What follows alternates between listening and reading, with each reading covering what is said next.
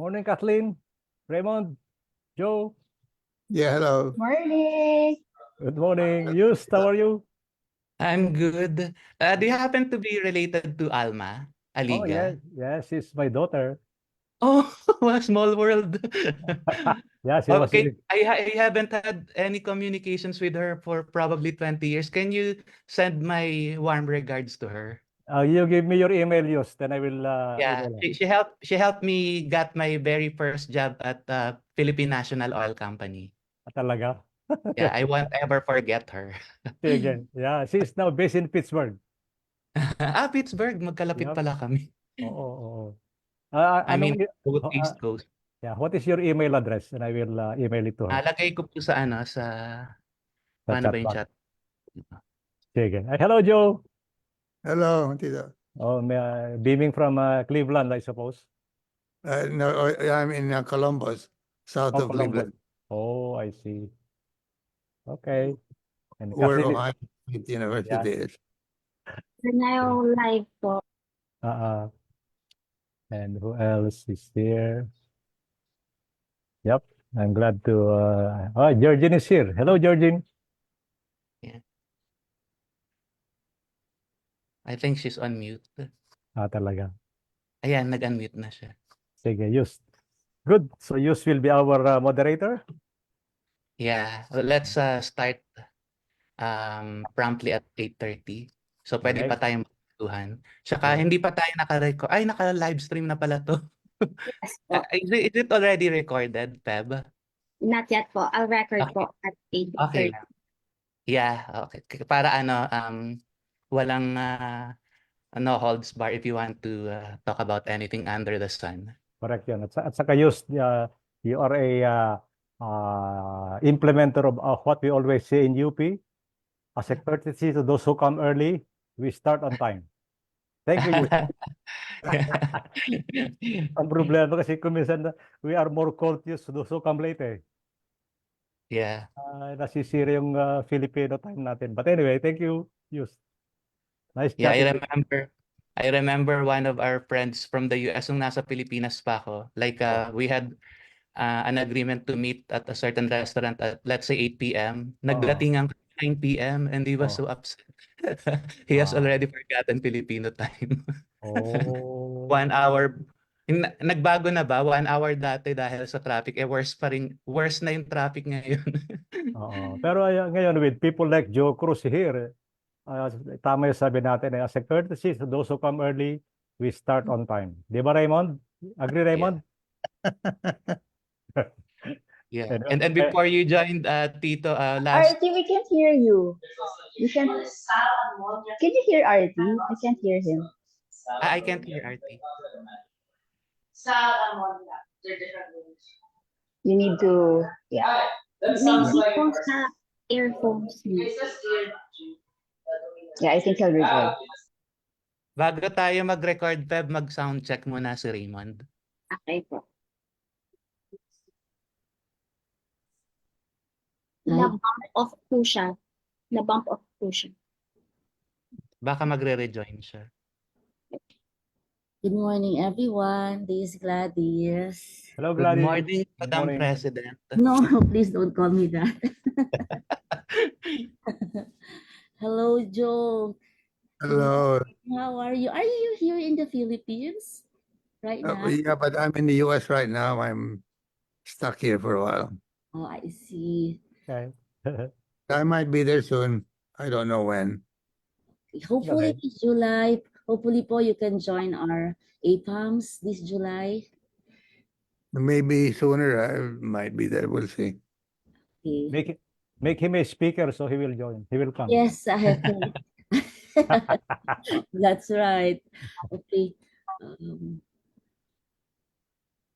Di pa po nakabalik si Dr. Raymond. Mahina daw kasi yung net niya, sabi niya kanina. Oh. Okay, let's just wait. Maybe we can show the videos first muna, Feb. Yeah. Yeah. Okay, that's good. Ito, ang record niya po. You.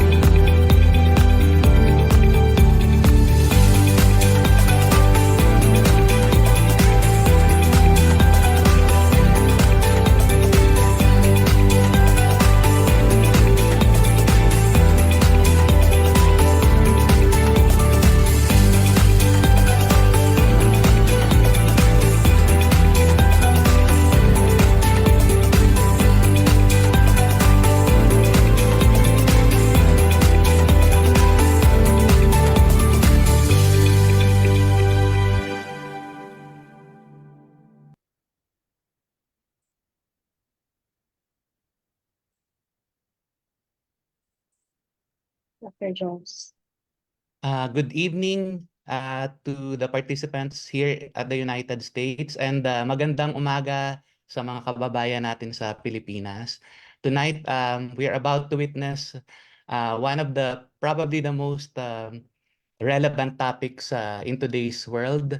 The title of the fireside chat to be led by Dr. Raymond Tan is Towards Better Climate Models.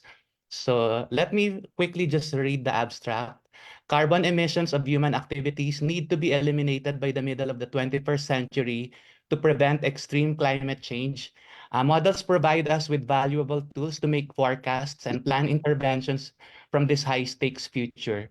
So in this fireside chat, the authors expound on the arguments they made in a letter to the editor that is published in one of the most prestigious journals, Nature.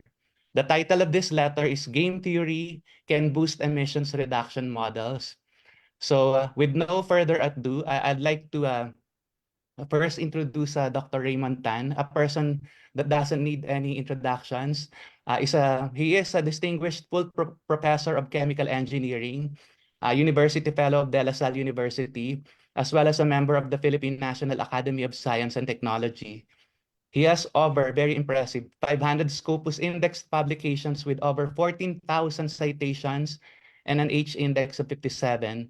So he has 25 years of research experience in life cycle assessment, process integration, and carbon management. He has been listed among the top 2% of scientists in the world since 2019 and nakaka-proud in the Reuters hot list of world's only 1,000 most influential climate researchers. So before he begins, let me just emphasize how important and urgent this topic is to my heart and of course to the participants here. Way back in 2000,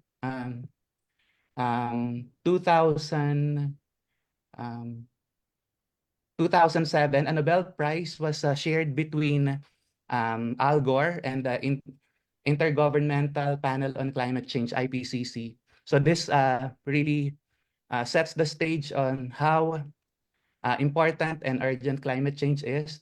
And that's for Nobel Peace Prize. More recently, in 2019, Greta Thunberg almost got it. She was shortlisted as a Nobel Peace Prize recipient. In terms of Nobel Prize for Science for climate change, in physics, more recently, 2021, awarded to scientists Shukuro Manaba in the United States and also Klaus Hasselmann of Germany. So I'll shut up and turn over the floor to Raymond Tan to begin his presentation on this indeed very important topic. Dr. Tan, the show is yours. Thank you very much, Just. I hope I'm audible now. Yes, sir. Please. All right, great. Thank you. Good morning, good evening, wherever you happen to be on this planet. I'm going to share my screen and present some of the highlights and details that we squeezed into our letter earlier this year. So let me first, let's wait for that to come up on your screen.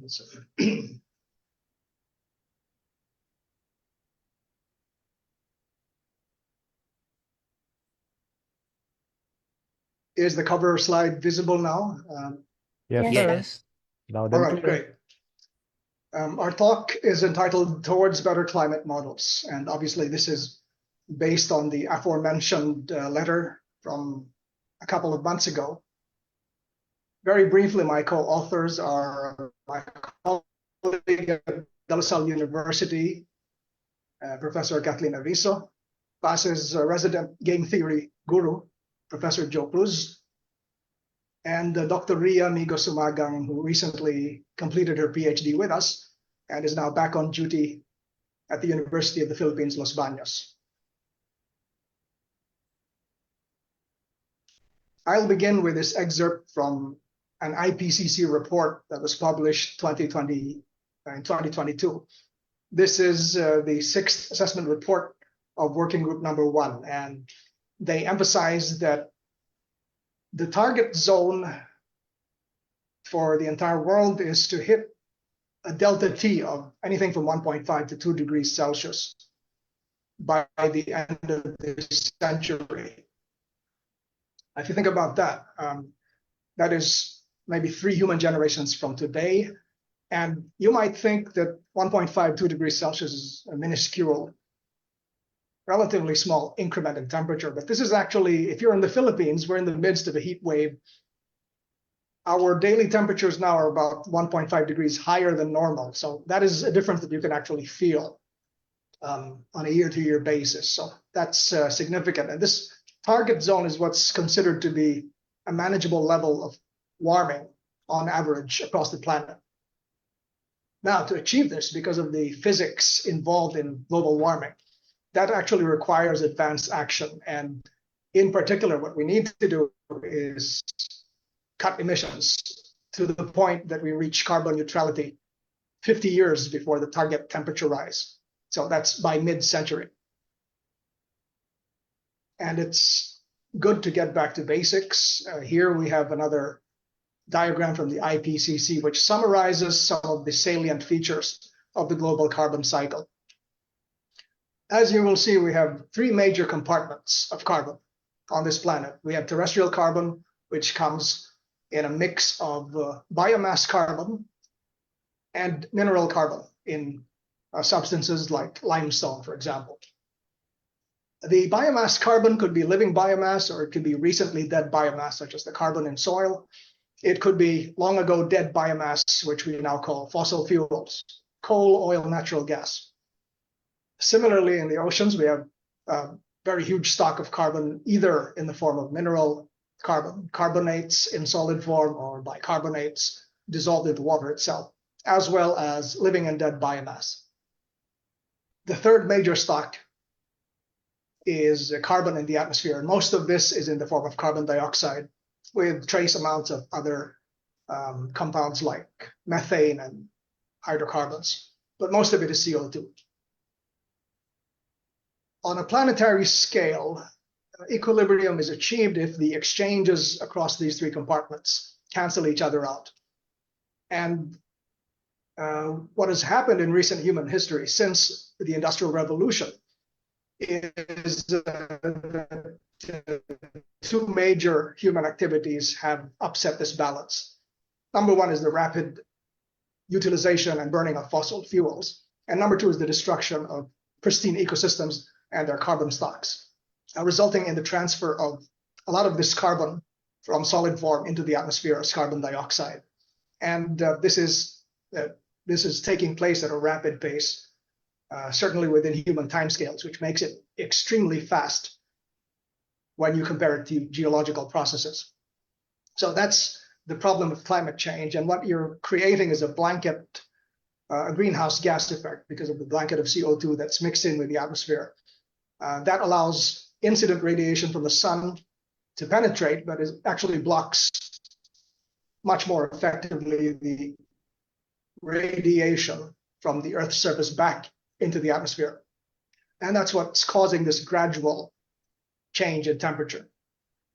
Now, what we can do potentially is shift human activity so that we restore the balance of carbon flows. And that is theoretically possible. In fact, Freeman Dyson wrote a paper in 1977 about this with some rough calculations on using photosynthesis exactly for this purpose. The problem is, as we will see in this IPCC report from 2018, going back hundreds or even thousands of years of human history, global anthropogenic greenhouse gas emissions have been going up practically at a steady pace. And that growth has plenty of momentum. And what needs to be done between now and the middle of the century, if we are to hit the carbon neutrality target, the so-called net zero target, in just about 1/4 of a century or 1 generation, we need to not just stop this upward trend, but we need to reverse it and bring that down to 0 with whatever technologies can be mustered for this purpose, and technologies as well as the policy framework for causing this reversal. That needs to be done in 25 years. If you think about it, for example, the internet became a global game changer about 25 years ago. So in that time frame to today, you just replicate that. That's the sort of time frame that we need for all of these decarbonization technologies to go from laboratories and demonstration scale all the way to the point that we're removing billions of tons of carbon dioxide from the air and putting it somewhere else on the planet. So the technology potentially could be there and could be scalable in the coming decades. The question is, what will be the driving force for the actual commercialization of these technologies? And the answer comes in the form of policies. Government policies at the level of nations or cities, which in turn are triggered by quote unquote a global government, so to speak, a consortium of governments all over the world via global agreements agreeing to achieve net zero emissions, at least in principle, by the middle of this century. However, as we can see, the global aspirations don't translate evenly to individual countries. Some countries, actually majority of countries on Earth to date, have made net zero pledges of some sort. The quality and strength of these pledges have been very uneven, and some countries, including the Philippines, unfortunately, have yet to make pledges themselves. So the problem is there are no national boundaries in the atmosphere, and net zero needs to be achieved not in pockets, but for the entire planet. So that's certainly one of the problems which arises when you have multiple agents or decision makers interacting and having their own individual objective functions or payoff functions. Likewise, of course, even as governments commit to making such pledges of reaching carbon neutrality by 2050 or a bit later in the case of countries like China and India, that still needs to be implemented by industry, because the actual decarbonization is going to take place in the private sector. When companies change their manufacturing processes, when power plants shift from coal and gas to other low or zero carbon alternatives, and those will require private investments. And therefore, you begin to ask the question, how do government pledges and aspirations translate to actual changes in technology that are used in industry? In the Philippines, we've seen some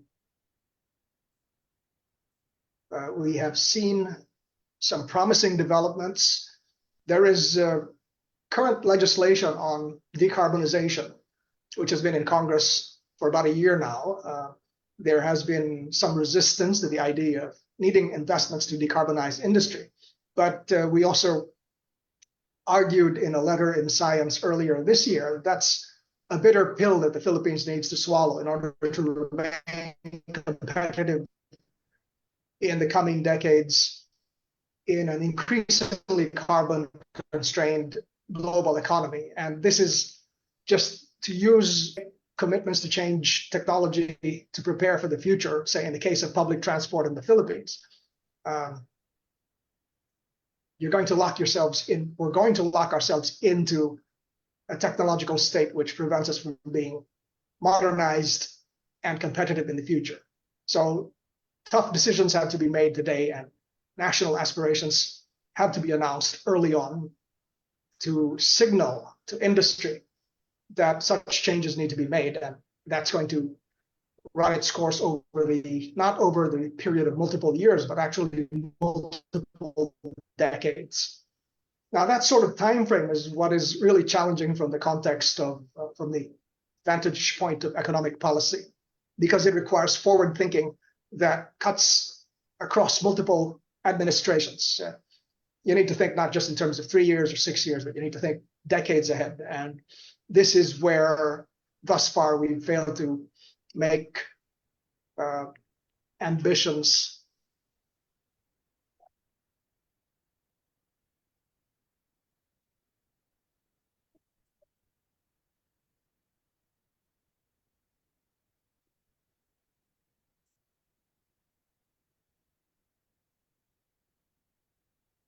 I wonder if I'm still audible. Could you let me know if I'm still audible? Somebody. You're still Yes, we can audible, still hear you.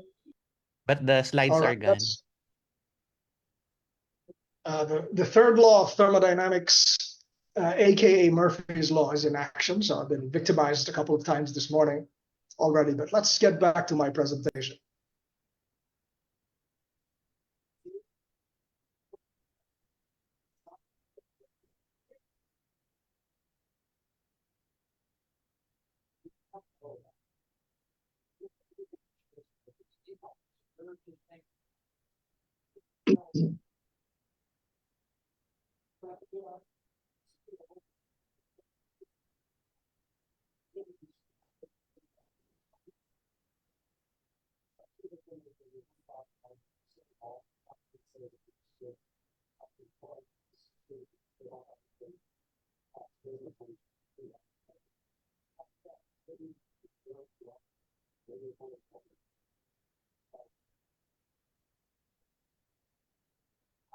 Sorry about that.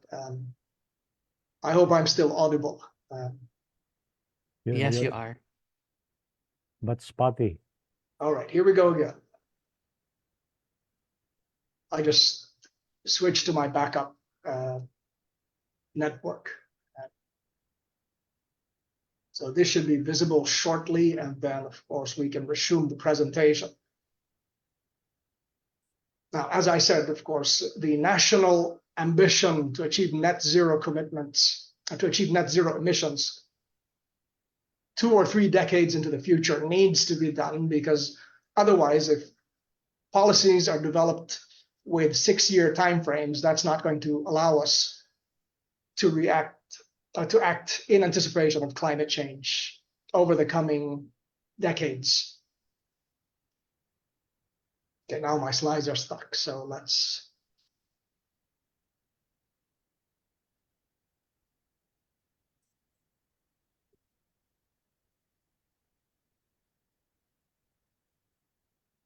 Let's.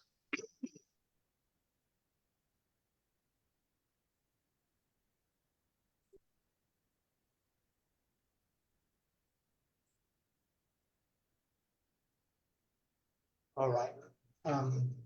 Let's fast forward a bit. And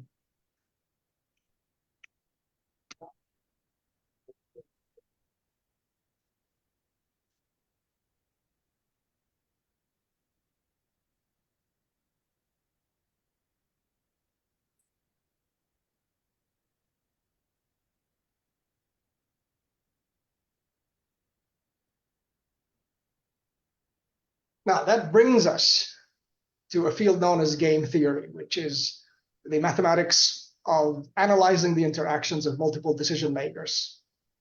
This is a field which is generally taken to have been born in the mid-1940s with the work of von Neumann and Morgenstern. And a lot of famous economists, mathematicians, and polymaths have won distinctions for their work in game theory. For example, John Nash, Lloyd Shapley. But in the middle of the screen, we have a gentleman named Heinrich von Stackelberg, whose work influenced a lot of the analysis of government-industry interactions. A side note for historical interest, Stackelberg was actually a member of the Nazi Party prior to and during World War II. But his scientific work, nevertheless, remains very important, because the Stackelberg game, which bears his name, is a special class of non-cooperative games where 2 players, 2 stylized agents that we refer to as the leader and the follower, interact with each other. I'm going to explain this briefly by way of example. But the way to think about this is, normally when we apply Stackelberg games, the leader is government and the follower is industry. And the problem becomes one of designing government policies to draw reactions from industry that are favorable to the government, which is generally assumed to act on behalf of the general public. So this becomes a very powerful tool for policy design using game theory concepts. And we'll explain this very briefly by way of example. Here is a stylized textbook matrix game. We have two players. Player one is government or the leader. Player two is industry or the follower. And we have a 2x2 matrix, which means that each player has two alternatives available at their disposal.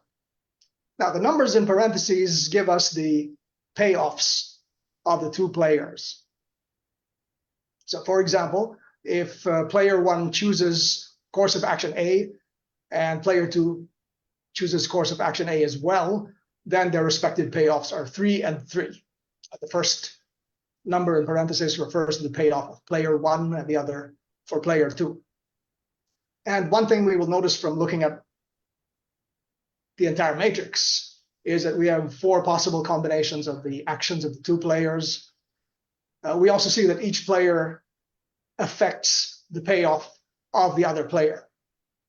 Even though they can act unilaterally, they have to also account for how they will be affected by the other player's decision. Now, we're going to analyze this matrix game as a Stackelberg game. And the way to think about this is that everything that happens occurs in the mind of the leader. And each row in our matrix, with player one acting as leader, can be thought of as an alternative universe that the leader can potentially create by making a decision. So the first row, for example, is an alternative universe generated by player one choosing A. And the leader basically simulates what would happen in each of these alternative universes. And the assumption here is that the follower, player two, reacts to the conditions of that universe and then decides in a manner that maximizes the follower's payoff within that alternative universe only. So basically what that means is within the first row, player two would be forced to choose between A and B, the courses of action, and would be watching his or her payoff, 3 or 4.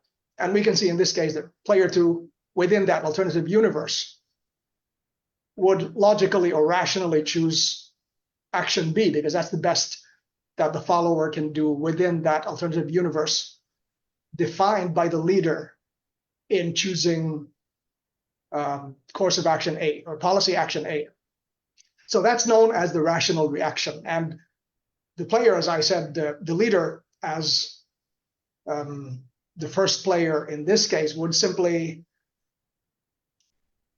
analyze every possible alternative universe that can be created and then predict the reaction of the follower within each alternative universe. And we can see repeating that analysis, the leader determines that for policy action B, the follower would still react by choosing B because that would still be beneficial for the follower, even in this second alternative universe. So this is repeated for every alternative course of policy that can be enumerated by the leader or by government. And finally, what happens is because the leader can foresee every possible reaction that the follower can have in each of these alternative universes, the leader then has the luxury of being able to choose the alternative universe that is most beneficial to the leader. So for this particular game, we see that player one, as a leader, would rationally choose or should choose policy action B because given that the follower always reacts rationally, this is the best course of action for the government. In other words, payoff 2 is superior to payoff 1 for player 1. This is known as a Stackelberg strategy, and that principle can be extended to games of much larger size than this. It can be extended to continuous domain games, and it can also be extended to games that occur over multiple, that are dynamic games occurring over a time horizon which is either continuous or divided into intervals. One of the most definitive and influential work on Stackelberg games. This is the work of my co-author, Professor Joe Cruz, and his PhD student at the time, Marwan Siban. They published in 1973 a pair of papers which became really groundbreaking in the field of Stackelberg games. In fact, the second paper of this series discovered a mathematical phenomenon, which is the violation of Bellman's principle of optimality, which also came to be known later on as time inconsistency. And shortly thereafter, in fact, this, as I said, became very influential, and the economic interpretation of this work in monetary policy won Kidlett and Prescott their Nobel Prize in 2004, following directly as an interpretation of this mathematical principle in this 1973 paper.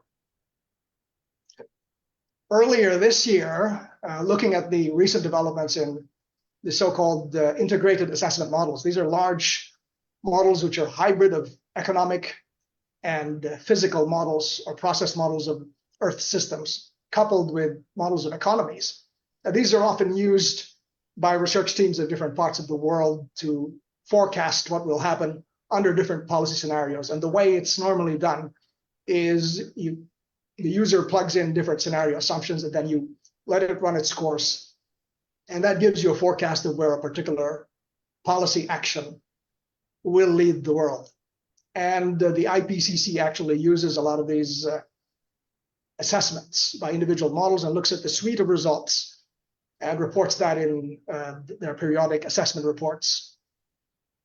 What we argued in our paper, in our letter earlier this year, is that game theory can be used, should be used, to improve the capabilities of these models. And if you think about this in terms of driving a car, it becomes a control problem. And that means that you have a destination and you're adjusting your speed, your direction with the steering wheel and your gas pedal to make sure that you're on course for a particular destination while reacting to road conditions along the way.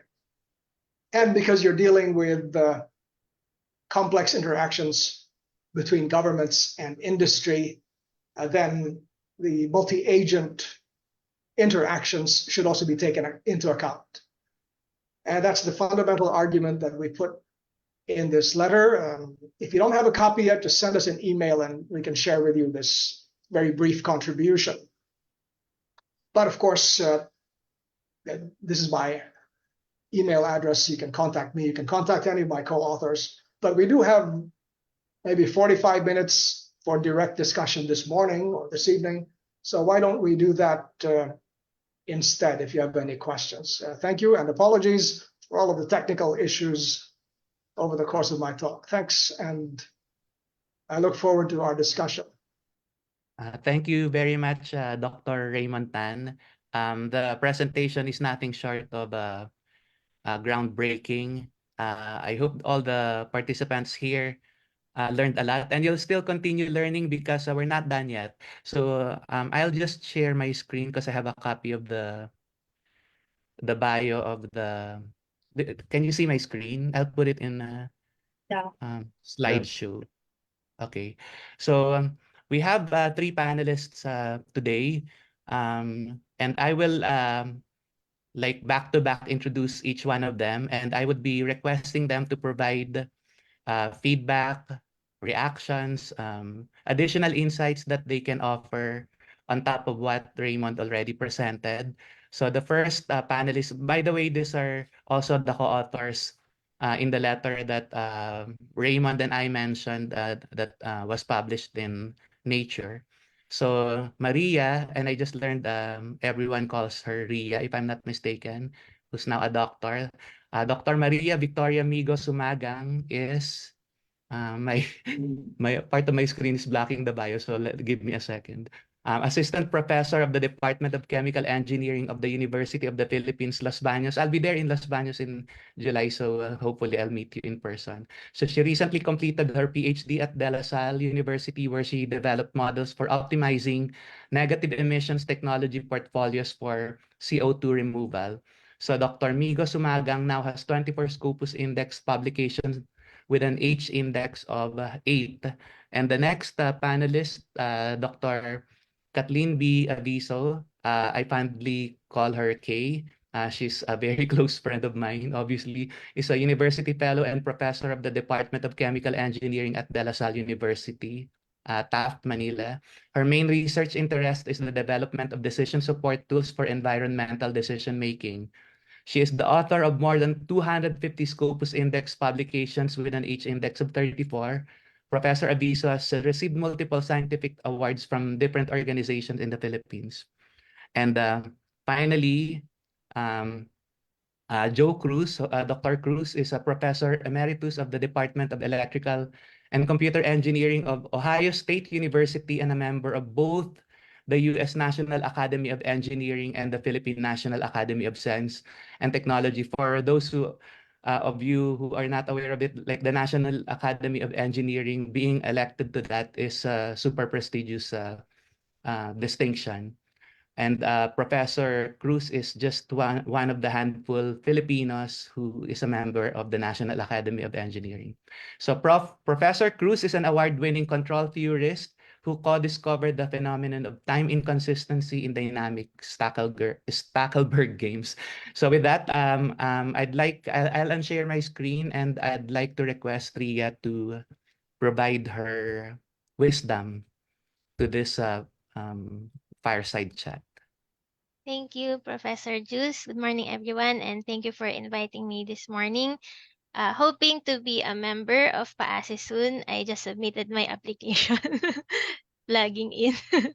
So my research is on the optimization and decision support models for carbon dioxide removal technologies, specifically the application of process systems engineering techniques for a systems overview of these technologies. But first, I mentioned portfolios. Why portfolios? Portfolios are better for sustainability and risk management. So rather than deploying an individual, very, very large scale technology, portfolios would solve the sustainability and risk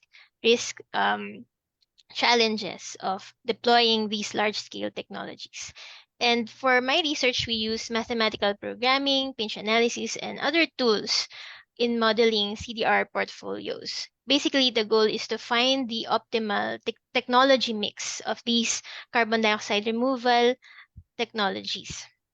And based on my experience, and as well as a survey of the literature, we were able to take into consideration the multi-footprints, resource constraints, capacity and storage constraints, timeliness. So basically, the technological constraints, environmental and economic impacts. However, what we're not able to model are the governance feasibility, social acceptability, effect of policies, and interactions between the stakeholders, which I think are more complex to model. Therefore, there's still a research gap in modeling these interactions between the stakeholders, and we need other tools and approaches such as game theory and modeling. Dr. K. Bernardo, and I'd also like to request the participants to start typing your questions to the speaker and the panelists after Drs. Bernardo and Cruz have finished their pitches. Okay, Thank you so Aviso. much, Juice. And yeah, good morning, everyone. Morning, So I had the privilege of working with Professor Joe Cruz way back when I was also doing my PhD work. During that time, we also made use of Stackelberg games, but for a different environmental problem. So during that time, we tried to use it for the identifying correct policies for optimal water utilization in industrial parks. So as we know, climate change is really the biggest problem that we are all facing today. And it really requires a concerted effort from all different fields. And every bit of contribution really counts. So it requires a multidisciplinary approach because we need to look at it has to be a holistic approach because we need to look at different aspects of climate change. And though there are already existing models, as we mentioned, the integrated assessment models, which already integrates econometrics as well as the behavior of climate systems or climate models. One of the difficulties or the challenges that we are facing is that despite the fact that we have several available technologies, options, or strategies to actually try and reduce carbon dioxide from the atmosphere, we always run into the challenge of how these can be adapted by stakeholders or by implementers. And so governments are really finding it difficult, even if we have the Kyoto Protocol, even we have the Conference of Parties and all these agreements, and we have these targets trying to reduce carbon dioxide emissions. We are still not able to achieve these targets. So the use of game theoretic models is one way of, since these have been proven to be effective in the use in other types of systems. So it is one way. Maybe we really need to look at how these models can be utilized for to combat climate change and to identify the correct climate policies so that we can encourage more stakeholders to choose the right technologies and to implement the right policies. Dr. Cruz? Yeah, I have not prepared anything in writing. Let me just comment by saying that I have been working on Stackelberg games for more than 55 years. And so you can guess how old I am, probably, or roughly how old I am, because if I work 55 years, well, he's obviously more than 55, unless he You are went to fif- school. You are at age- 50, you are 56. You are age 56, Joe. Yeah. And so I guess the lesson that I would like to, emphasize is important for us is that global or reduction of global warming is actually a goal of DOST and NAST, reduce global warming. And so the more manpower and funding we can have, the more possible workers can address the important problems in the Philippines. But solving the problem in the Philippines, as Dr. Raymond said, it's not just doing it in the Philippines because it affects the entire world. And so if we can do our part by reducing our emission, we will actually be contributing to the slowing down of global warming worldwide. The warming global or worldwide. And so I guess with that, I would say I hope that somebody from DOST or I guess Kay and Raymond, you can be in touch with both DOST and of course you are in NAST and see if we can get them intrigued and funding some of the fellows to help us, the group at De La Salle, and maybe induce some other universities like UP Diliman, UP Los Baños, and maybe other parts of UP system, as well as private universities that are not sectarian. And so we have a possibility of really making a dent in this very important field. And so I hope that from the students who might be listening, that you will be intrigued to be interested in pursuing a career of research in this field. Thank you. Thank you. I'd like to request the participants to either raise your hand, turn on your mic and ask your questions, or if you prefer, type your questions in the chat window and I can read it on your behalf. So let me begin. This is quite an interesting model from both theoretical and policy implications. So my first question is on the model formulation. And forgive me, Raymond, I was paying attention, promise 100%. You might have mentioned it, but I'm not sure. So let me just ask it away.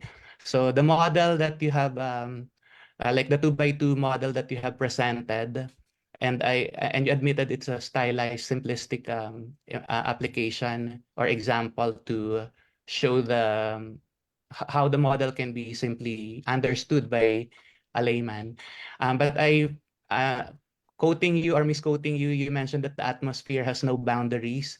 So I can imagine that this Stackelberg model can be very complex, sophisticated, because it will have a version at the local level, the national level, regional level, and also international or global level. Have you proceeded with your team like an approach, because this modeling effort is still in its infancy? Have you already thought about advancing it to talk about what I just mentioned?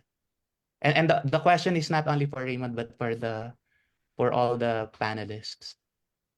Yes, thank you, Juice. We've actually done pockets of work, and as Kay mentioned, 15 or 16 years ago, Joe co-supervised part of her PhD thesis looking at how incentives can be used, can be calibrated to steer industry investments in a particular direction. In her case at the time, it was water conservation was the problem she looked at. Much more recently, but in sporadic bursts, we've looked at a special class of Stackelberg games known as bi-level optimization models for localized narrow problems in decarbonization. So for example, we have a couple of papers on how incentives can be calibrated to induce investments in the shipping, in maritime shipping and the cement industry. We have a few more in the pipeline. You're actually involved in one of them. You may recall we've been on and off with security games. About 2 decades ago, after 9/11, there was a surge of work, including some of Joe's own work, on using game theory for counterterrorism measures and policies. And we actually have been looking on and off on how to integrate your own work on input-output models integrated with Stackelberg's principles. And we even had a name for it, but we've been stuck with finding solutions. So the most recent development is Kay's managed to code a meta-heuristic hybrid algorithm, which combines simulated annealing as the high-level heuristic, and then inside that there's a simplex algorithm for linear programs. So that can be used to solve a very narrow class of Stackelberg games for defense applications. But the big challenge is what we had in our paper, micro paper, if you will, is very speculative. The same principles could be applied towards developing models which don't just simulate what-if scenarios. You don't just say, what if I do this? If you think about driving a car, you don't go around thinking, if I turn the wheel this way and then accelerate a bit, where do I end up? That's not how you drive a car. You have a destination in mind, and you're steering, controlling that vehicle towards the destination. So we think that the current IAMs are limited in the sense that they're not configured to steer the planet towards a destination. So that's what should be done. And this may be beyond us at the moment, but capability needs to be developed. And final note on this question, I think in the Philippines in particular, in a resource-constrained developing country like the Philippines, we're really missing out on a lot of opportunities in doing work that's fundamentally grounded in mathematics. if you compare us with India, for example, a country which puts high value on analytic modeling work as compared to the Philippines, I think we're missing out on an opportunity to groom. For instance, is there the possibility of us grooming Nobel caliber researchers in 2 or 3 generations' time, or sometime later this century, unless we start recognizing that groundbreaking research minus the heavy equipment that leaves us uncompetitive can actually be done if we're smart about how to allocate resources. We don't need much, just brain power and access to the latest literature. I'll stop right there. Thanks, Juice. Yeah, I'll ask my second question, but the other panelists can also reflect on my previous question. So my question, which it says here, I have a cheat sheet that the objective, the goal is to reduce carbon emissions by 45% by year 2030, which is very soon, like 6 years from now, and reach net zero by 2050, which for everyone us here is within our lifetime. So the question is, how far are we with these 2 targets, and how must be done by the countries that are largest contributors of CO2, as what Raymond showed the slide. I forgot already, but the largest contributors happen to be China, and it's in Raymond's chart. China has one of the most underperforming nations. US is average, and per capita Russia happens to be also up there. So just to summarize, are we there with a 45% 2030 and net zero by 2050? And if not, what must be done in order for us to keep our eyes on that, focused on that target? Anyone can answer that.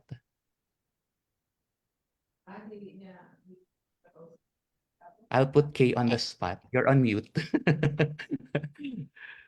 Sabihin ko sana si Ria, parang mas maraming alam na statistics. I'll put Ria on the Yeah, but spot next. Okay. I'm warning you. before she Um, leaves for her. I'll Ria, would answer you like first, to and respond? then Okay. after me, Dr. K. We are actually we are far from the target. Instead of we're supposedly we need to peak by the year 2025. So that means the peak emissions should be the year 2025, and after that we should have a downwards trend.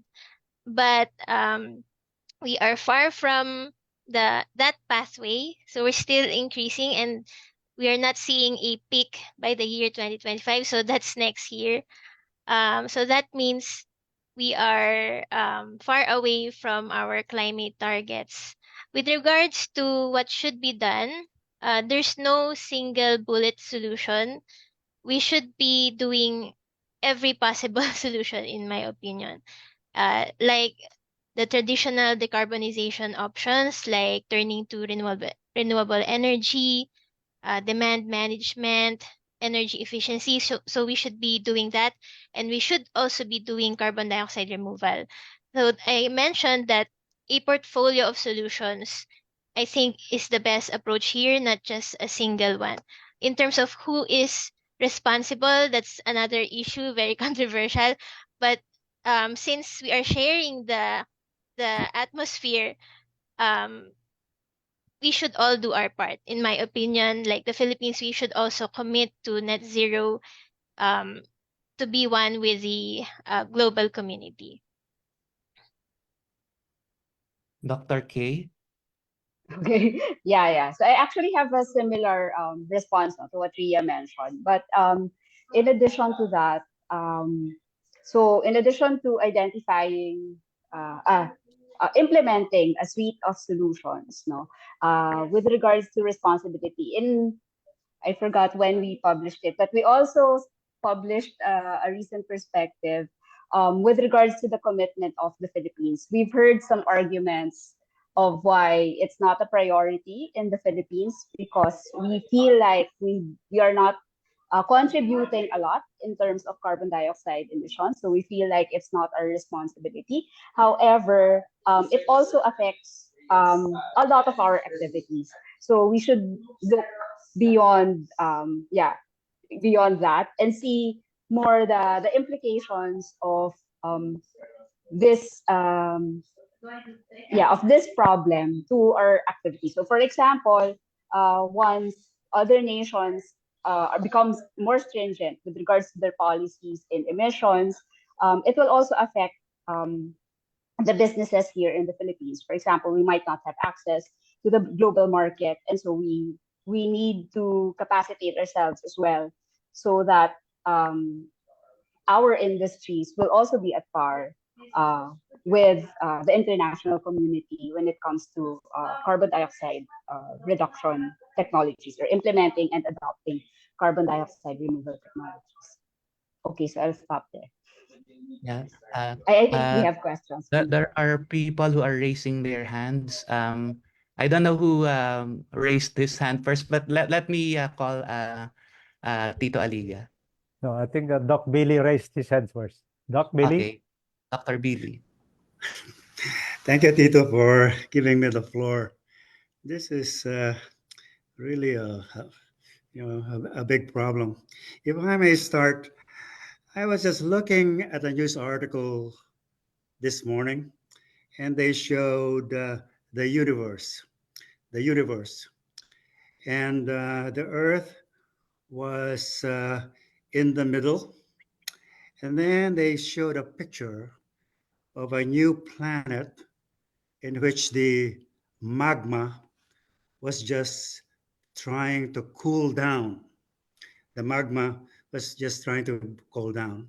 And then on the right was Neptune, which is an ice planet.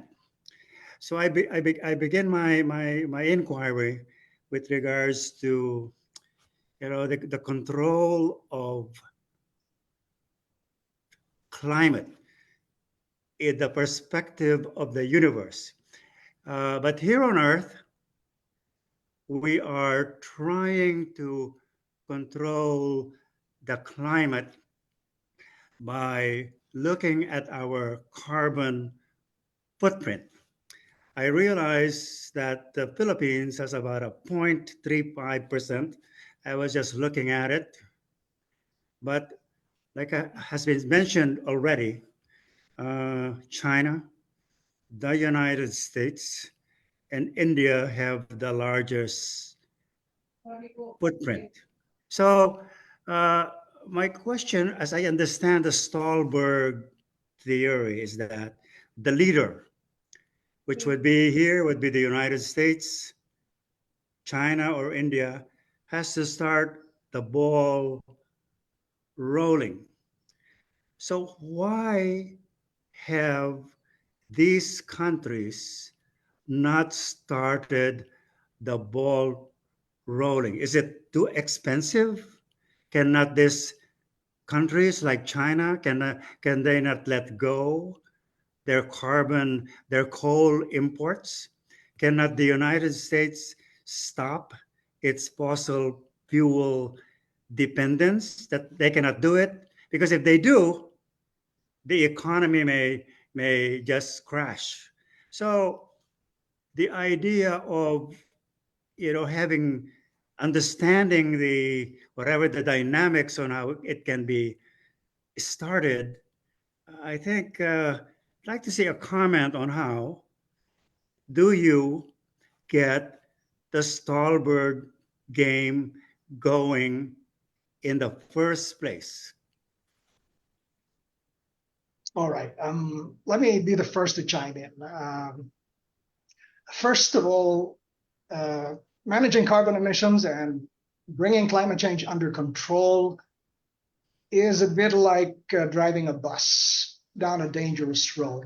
The physics of climate systems, the physical system regulates climate as a function of greenhouse gas concentrations in the atmosphere, has such long lag times that if you're driving a bus, for example, along a slippery road, you need to be watching what's going on hundreds of meters down the road, because if you step on the brakes now, it's not going to bite until a significant lag time has elapsed. And therefore, you need to be thinking, watching what's going on far ahead. This is the principal argument that we've tried to make this morning and in our letter previously, that because of the lag times involved, it's very difficult to set up policies. It requires a lot of political will to set up the policy that will dictate what's going to happen or what should happen in a country, not in a few years' time, but in a few decades' time. Well, that sort of pre-commitment is what needs to be calibrated for effective carbon management. Now, about the countries mentioned, the top two emitters, at least geographically defined, would be China.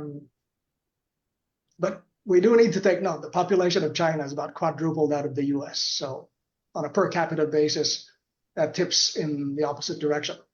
The second is that China has made a net zero commitment. And I know from colleagues that work in this area in China, that there is plenty of R&D funding being poured into decarbonization. So that's an example of what happens when a top-down commitment by central government says we need to get to this destination by 2060, which is their net zero pledge. And therefore, as a result, all the details of the regulations and policies and R&D priorities cascade from that initial central announcement. Now, in the Philippines, we don't have that aspiration yet. In the US, it's a little bit more complex because there are political ideologies which dictate belief in climate change and such. So that is what complicates implementation. I would say the leader in decarbonization policy is Europe. They have their own problems because that's essentially an economic bloc of 20 plus countries trying to act in unison. But at least they've made the net zero commitment as a bloc, and they have all of these policy instruments that are intended to stimulate investment in that direction. And we haven't actually looked at Stackelberg games in the sense of countries influencing other countries. So to date, we've looked at it from the conventional perspective of government policy to nudge industry investment in particular directions. But to start with, there needs to be that pre-commitment that looks ahead 3 decades, 4 decades, and that needs to be locked in, because just as a final point, for example, every time you build a coal-fired power plant, if you build it now, you're locked in for 3 or 4 decades, because that's going to exist for another 3 or 4 decades. So decisions need to be made ahead of time, simply because the pace of decarbonization across the entire planet is going to be such that investments made now will still exist by the time many countries in the near future will reach net zero. I hope that helps clarify our points. One simple follow-up question. So the main fuel of the world is still fossil. How do you see a change into a different kind of fuel? I think the Philippines is considering nuclear energy. Yes. And then the other thing is there's this thrust for nuclear fusion, not fission, but fusion.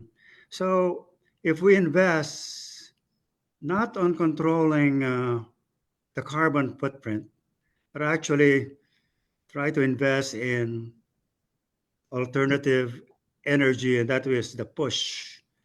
Do you think we can change the temperature of the world in the next 50 years, or of the Earth at least, in the next 50 years?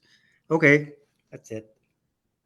I have a comment on earlier questions, and also a Yes, comment sir. on why we have this webinar in the first place, due to our small letter that stimulates this discussion now. The idea of using game theory is for systems with time horizons the concept of a time horizon is absent in the Stackelberg static problem. You already know from Dr. San's presentation that even the static case is so complicated and complex, and you can get lost in all of these calculations and even conceptual thinking. But I dare say that part of our challenge is to make further simplification, but address the time dimension that I think is concurrent today in any problem that we have finite time considerations. So perhaps we can rank order what can we relax and make and make some small concessions, but at the same time, but in exchange for that, we will be able to solve the problem. So give up a little bit, but now maybe we can solve a problem that's simpler. But I say, let us go back to why we need to look at the time dimension, the time inconsistency that we had discovered. It's not possible in the static case. It doesn't. The question doesn't arise. It doesn't. The concept doesn't exist, and so this additional dimension led to something else that was not even. You don't think about it, and so I would say, let us continue to look at the dynamic case, the dynamic Stackelberg case, that I have been doing for as part of my major activity in research, major activity in the sense that I spend at least half of my research time on these Stackelberg games that are in dynamic systems. Sometimes I refer to these dynamic systems as systems with memory, because, or systems described by differential equations, partial differential equations in time. So I said a lot, and so maybe you got confused. What was my point? Let's get back to dynamic Stackelberg optimization, make concessions, and perhaps be able to do problems that can be the next generation of successes from the Philippines. Just, I think Gladys has a question which I'd like to Yeah, address. so let's I'm aware of the question on the screen, but let's ask Tito Aliga first, because I think he's the okay. next one. Thank you very much, Just and Raymond and Joe, Kathleen and Rhea. Actually, I don't have a question, but I just want to stress that government policy is a very important tool in making things happen. And I cite, for instance, in the US, if everybody recalls, in 1980 or so, the EPA mandated that all cars must reach 40 miles per gallon in 5 years' time. And everybody followed, everybody made a tweaked the engines, invented new engines to the extent that OPEC surrendered. That is the reason why, again, I thought that the oil cartel was debilitated because of that. So I'm looking for a situation where, again, US can lead the way. Something like, hey guys, from now on or in 10 years' time, we have to do this. And let industry think of it. They don't have to tell you what to do. Let industry think of how they can reach that target and make industry compete for the best way. So again, that's the kind of thing that I can add. And of course, again, energy saving or efficiency is an important aspect, as Rhea mentioned, that every household, every industry should be doing at this moment. In other words, demand management. So things that we can do without any government policy, like saving a few at 100 pesos every month from the Meralco bills, that's going to add a lot. And it doesn't need any kind of theory or something that will enable us to achieve that. So that's my ad and that's my build. Thank you, Yust. Thank you, gentlemen. Thank you. Thanks. Thank- Prof. Ju, since Yeah. I need to leave, I have a class. I'd like to comment on the on Tito's statement. So, and also the previous question regarding nuclear fusion, nuclear fission. I don't have any updates about nuclear fusion except that it still remains expensive. But from what I recently attended a seminar on energy on batteries, the technology that they're looking right now in the US is hydrogen fuel cells. So I think there's a big potential for hydrogen fuel cells. But for the other renewable energy such as fusion and fission, I have not heard. Maybe some little news about it, like small breakthroughs. But the biggest breakthrough in my, based on my recent readings, would be hydrogen. And with that, I sorry, I have to go. Okay. I Thank need to you, run. Ria. I need to. Thank you, Ria. Thank you Thank very you, much, Ria. everyone. Thank you. Make everyone aware of the importance of climate change. Yes. Okay, So, bye-bye, everybody. bye. Bye. So let me read Gladys' question on the screen, or if Gladys would like to show up her face and recite her question herself. What's your preference? Okay, okay. Hey, Gladys. Good morning, Gladys. Good morning, everyone. So, I'll just read my question here. So, as you are all aware of, the Montreal Protocols has been very successful in protecting the ozone layer, and it stands in stark contrast to the difficulty of curbing greenhouse gas emissions responsible for global warming. And a significant obstacle in annual UN climate change negotiations is disagreement over how to share the financial burdens and benefits of emission reductions among countries. So why is it so challenging to achieve progress in limiting climate change through international negotiations? I know this is a very difficult question. And how can the Stackelberg model can change or help these governments address this problem? So that's my question.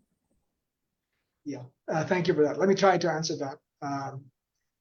Although I'm not the preeminent game theorist in the room, game theory provides us with a lens to create a stylized world, which is an approximation of the real world. And of course, the reason there's an impasse in climate negotiations year after year is that basically every country goes to the COPs with vested interests, naturally. The US would do that, China, the Philippines as well. And therefore, thinking of the collective interest becomes secondary, even though it's always part of the discussion. At best, game theory could create a way to understand the way these decision makers interact with each other. So even though having a theory give you an idealized solution in a stylized world doesn't really translate into the real world, it could actually give you some clues as to how to approach the negotiation, so that you might come up with a better agreement in the future. In other words, if multiple countries sit down at a table and agree to share the burden of decarbonization by X% each, whether that's done or not, of course, is a matter for the governments to decide whether they agree to the actual shares. But what game theory could give insights on is what is the rational or logical fair share that should be put in the contracts, in the agreements in the first place. And I think it's not going to solve the problem per se, but it provides you with a better chance of at least getting cooperation. In the case of cooperative games, I think that should be possible. Can we hear from Joe, please? Yeah, I agree with Dr. Tan on that. But I still, again, at the expense of stating what I have stated several times tonight, we need to look at the time element. In other words, the next set of results probably would come about because of concessions we make, simplify, and then see what can be solved. In other words, the Stackelberg problem for the static is so complicated, as Dr. Tan explained, and for the dynamic, it's even worse. So the question is, if there is almost impossibility to solve that, why don't we make concessions? What concessions? This is the order of the day. What can we give up to be able to get the second best?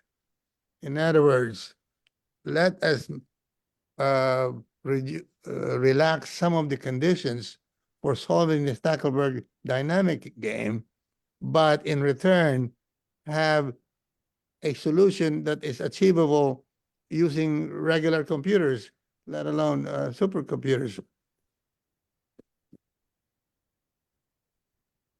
I think there are no more remaining questions, but I'd like to ask a simple question. I just went to and this question I appreciate if the remaining panelists can chime in for the benefit of the participants, especially the younger generation, because they will be the one benefiting from the actions that we do now into the future. So I do agree that it's a dynamic process. One of the things that I could picture in my head is like the risk of sounding cliche, like if you throw even a small pebble on a body of water, it will create a ripple effect.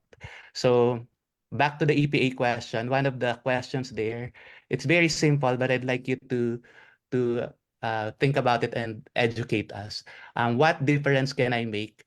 Inspired by the question also, or the feedback we heard from Tito Aliga. So he gave several things that an individual can do, but I'd like to hear more from you on strategies at the individual level that can make a ripple effect in terms of climate change improvement. What sequence should we follow? We just jump in, or K first. alphabetical? Raymond, Alphabetical and in then that case. and then Raymond, and then Alphabetical or by height? and then Dr. Cruz, because he's the expert in Stackelberg. He's the first to conquer that model. Okay, thank you so much. So I guess it's what we can contribute individually. So yeah, as what was mentioned by Tito a while ago, no? Since carbon dioxide emissions or greenhouse gas emissions are primarily linked to our energy use, so that's the first step that we can do on a day-to-day basis.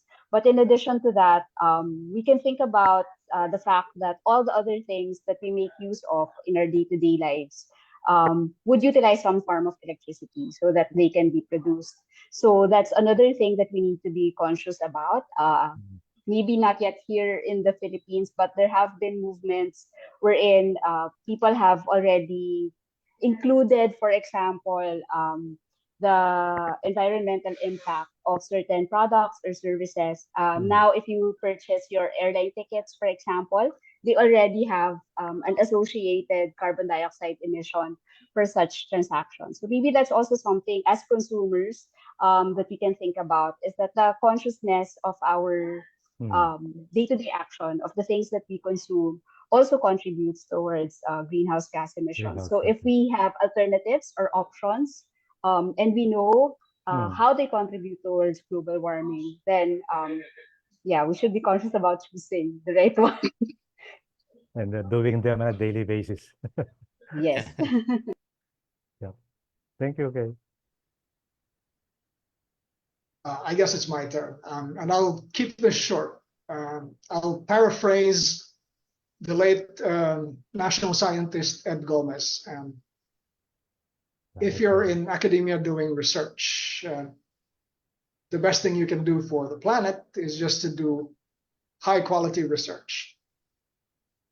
That means if you're working on climate change mitigation, make sure you do the best work that is possible given the resources available to you. Make sure that the results are shared with a wide global community.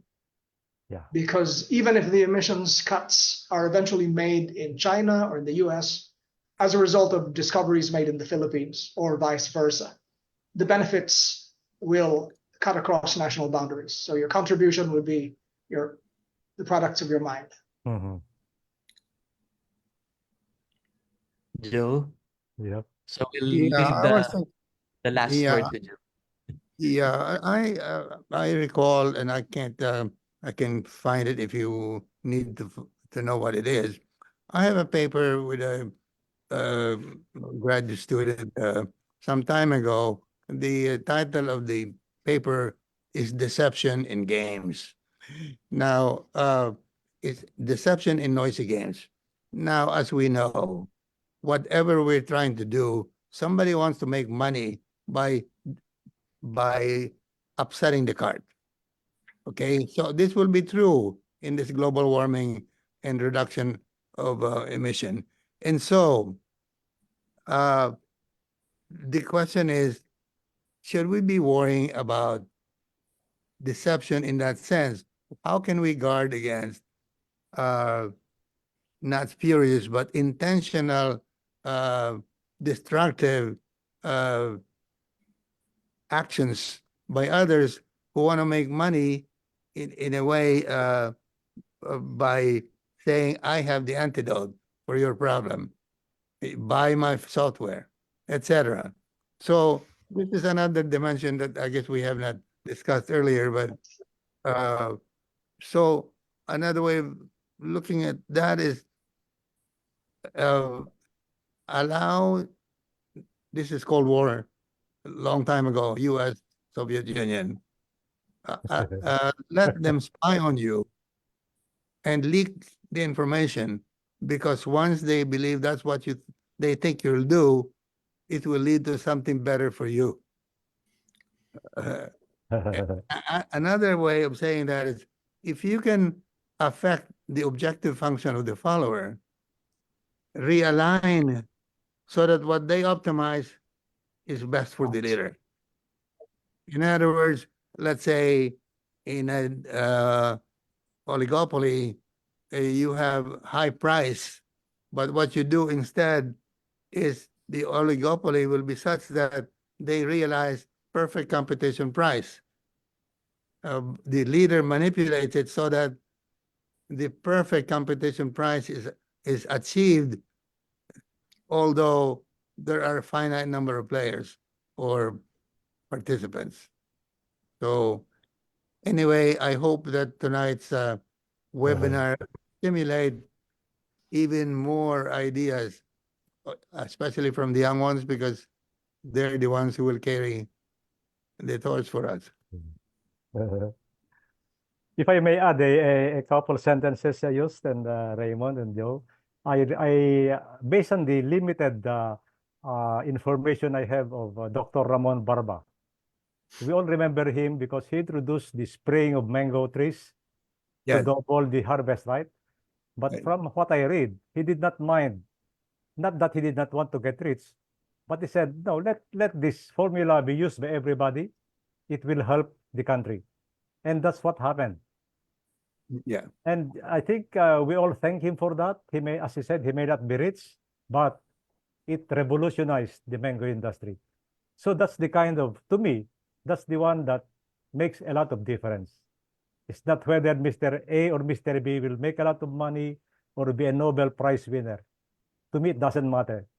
It's a guy like Ramon Barba who matters. Thank you. Thank you. Thank you so much, everyone. Any last few words? As what they said, some good things never last, or all good things must come to an end. Any Okay. last words from Raymond? I want to wish you a happy birthday. That's all. Oh, Yay, happy birthday, Just. I wish I didn't ask you. Okay. Okay. So when you Yeah, come in July, let's celebrate engineering. We'll tell them yeah. that you are here. Thank you. Uh, Thank you, Good gentlemen, night. ladies. I also would like to, if I forgot to, just a quick acknowledgement to Billy Cabellion, who's been almost 100% active in all of these webinars and fireside chat. And I Since, owe since him 2020, when I since first met him. 2020. 2020, yeah. Wow. Years, I learned a lot from this webinars. It is really very stimulating and insightful. And Yeah. tonight was another one. I couldn't understand the mathematics that much, but I thought, wow, look at all these Filipino greats. They are so good. So I really enjoyed the seminar. And thank you, Jose. Thank you. Thank you, Yeah, Jos. galing mo. Okay. Thank you, Joe. Thank Thank you, you, Raymond. everyone. And Thank you, see you Kay. soon in the next webinar or fireside chat. Yes, sir. Can I say And something? Oh, yeah. yeah, Is it okay? Sorry. sure. All right. So I just want to thank again Raymond, Joe, and Kay, and Ria for having this, for agreeing to have this fireside chat. And this just the start. You know, Raymond, I invited you and Ria and Joe, and also Kay, if you can, we can have the continuation of this during APAMS. Okay, we have a parallel session specifically for this topic. And I also invited Joey Camiso to join that your Great. parallel session. So please just get we'll send you an email, and I hope you Joe will be there as well for the APAMS 2024, and this will be in July 15 to 17. I think we scheduled you on July 16th, Raymond, and with your entire team. We'll just let you know. So again, just so that we will have more discussions about this. Yes, thank you, Gladys. Thank you. Thank you very much. And Thanks, everyone. I also would like to just quickly thank all the panelists for being here on a very, very short notice. And I believe Feb is preparing the certificate as a sign of our appreciation for your time and service to the, not only to the Filipino community, but for the global community who will be in dire need of climate change mitigation actions. So Hey. that's it. Yes, Thank you, sir. everyone. Thank Have a great day, you. everyone. Stay Very hydrated. much. Thanks. Stay, Thanks. See And you. see you in Los Baños. stay Yes, hydrated. See you in July. Okay. Thank Bye. you. Bye. Okay. Bye. Bye, Feb. Bye, everybody. Thank you. Bye. Ay, wala na. Thank you, ano ha, Juice. Okay. Yeah. Thank you, Joe. See you Thank in you, Joe. July. Okay. See you. Bye-bye. Bye-bye.